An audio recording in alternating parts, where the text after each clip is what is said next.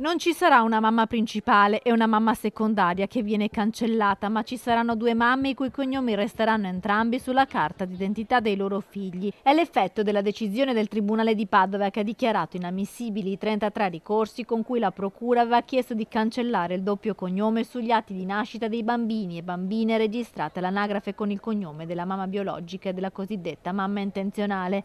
È una prima importante vittoria per le coppie di mamme padovane che in questi mesi hanno vissuto la preoccupazione di veder negato ai propri bambini e bambine lo status di figli con due mamme. È una giornata molto importante dopo tutti questi mesi di attesa e anche un po' di rabbia e di preoccupazione. È una giornata in cui appunto si festeggia e, usando l'analogia meteorologica che abbiamo trovato molto calzante, oggi ci stendiamo al sole e ci godiamo questo bel sole.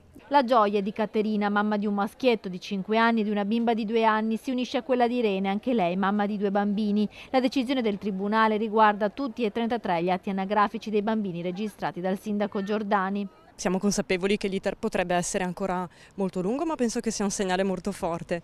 E forse ai bimbi, visto che sono ancora piccolini, non racconteremo i dettagli legali giudiziari, ma condivideremo il clima di festa e di serenità, ecco, con loro, perché è la cosa di cui c'è più bisogno per noi mamme, genitori, nonni, parenti tutti e i bambini in primis. Quindi questa sera festeggiamo e viva i sorrisi e le belle notizie. Le motivazioni della decisione del Tribunale sono molto tecniche, ma il cuore della questione è che verrebbe messo a rischio lo status del minore, una tesi sostenuta dalla difesa delle mamme arcobaleno. Quello che chiedeva la Procura non era rettificare degli atti di nascita, ma era cancellare un genitore, e per cancellare un genitore non si può fare un tipo di azione come quella che ha fatto la Procura, ma serve un altro tipo di azione che è l'azione di Stato, ovvero andare a verificare lo status giuridico del minore.